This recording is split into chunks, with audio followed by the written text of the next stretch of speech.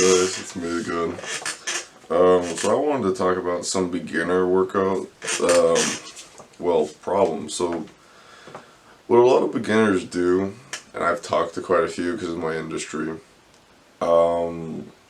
they tend to go every day. They tend to do only one body part. So like I was talking to a guy recently, he was only doing upper body every day for 3 months. And he said, at first, I was getting sore, but then I kept training through it and it got better and easier. And then I'm like, are you getting injured? Are you doing this? Are you doing that? Are you stretching? He's like, nope, I'm not even dieting, blah, blah, blah. And for everybody that understands that, it's like, oh, that's disgusting, and how's he not, blah, blah. It's because I was talking to him. He's not increasing his intensity, he's not increasing the workload, and if anything, he's making it less and less every day. Because I was asking him, hey, what was your first day like? And then I asked him what his current day like, and when he realized his current day isn't as hard as his first day, he started throwing in stuff. I think he was just coping a little bit. And it's okay, I don't really care. So if you're working out, you want to do 5 to 6 days a week. That's awesome. You need a day where you're not in the gym. There's a series by Juji Mufu where he trains every day for a year, and he was literally having a day where he was just doing a movement day. I think he ended up doing 2 movement days. I could be wrong. It's been a while since I've watched the series. And he's a really big, strong, he can do the splits, he's super flexible, athletic guy. And the thing is, you can't train every day and expect to be healthy and make progress. There's a balance. You'd make a lot more progress letting muscles sit, because imagine a muscle like a rubber band. It can pull hardest when all the little strands are connected, but you don't want it to be too broken apart, because then you can't pull too hard. So let's say the bicep, let's just pretend it's one muscle for right now. It curls in like that. And every time you curl in like that, a little bit of a band gets damaged and all the bands get a little damage.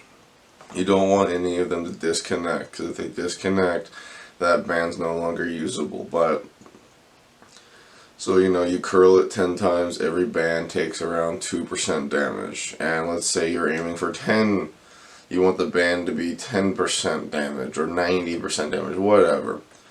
And if you train it every day, it doesn't have enough time for all the bands to heal up for you to pull as hard as possible to recover.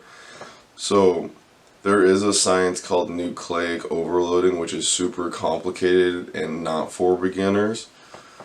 And the thing is actually nucleic overload is really simple once you know what it is. Everything's simple once you understand, but the thing is, you only have so many proteins in your body that you can use, and the bigger you are, the more you can obviously utilize, because, like Arnold Schwarzenegger gets more out of a high protein meal than you do.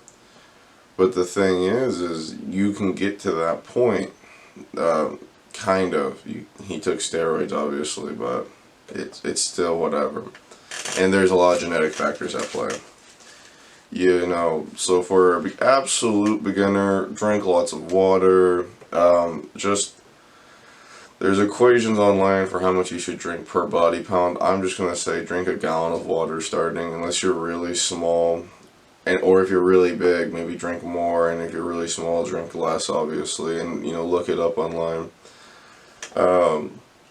For a beginner, 90 grams of protein is a good rule of thumb just for a starting point. And if you don't understand 90 grams of protein, just throw in a chicken breast every day, because that's like a lot of protein. I don't know how much off the top of my head, because chicken breast can vary in size. Maybe 2 eggs, all that good stuff. 2 eggs is like 12 grams of protein, man. So it's like, you're 1/6 of the way there. And eggs honestly aren't super high in protein, they just are a very good, all well-rounded protein. What was another mistake the guy was making? Training every day. Don't be scared to ask people in the gym what to do. And a lot of them will give you terrible advice, obviously. But most of them don't intend on giving you bad advice, so a lot of it's good. So, like, you know, if you see a big, strong, muscly guy in the gym, obviously he's going to have some workouts that are going to cause injuries. But there's some that don't. Like, I don't like uh, lateral raises, whatever these are called, where you grab a bar. I just think it's not worth it. I think you can just do a bent over anything workout and work out your rear delt and really hit your shoulders. Um, and all that good stuff. I think it is just bad for the shoulder. But, or behind the neck pull downs, I think that's bad for the shoulder too. But, you know, ask around, you know, be like, hey, I want to bench, how do I bench? Hey, I want to squat, how do I squat? And, you know, if you want to deadlift, I'm not going to lie to you, I wouldn't recommend it. Bent over rows, a row machine, and just a lot of other workouts, Australian flies, all that good stuff, works out the back, pull-ups. Honestly, if you can't do a pull-up, don't do a deadlift kind of thing. And you can dead hang off the bar, you don't have to do a pull-up day one. Just, there's some things you don't want to start with and there's some things you do. Like, if you can't bench, then okay, you can't start there. A lot of people can. If you can't squat, then don't start there. A lot of people can't. If you can deadlift right off the bat, I don't recommend it. I think that's something you should do when you're 2 years into lifting, honestly, just because it's like, that's a commitment, and there's a lot of negatives that come with it, and the reward isn't the greatest. I mean, the reward's actually pretty good. It will really help develop the neck and traps, obviously, but the risk is pretty high. Alrighty, guys. Have fun starting out there. Oh, yeah. Don't forget the stretch. A lot of guys do that. Don't forget the stretch.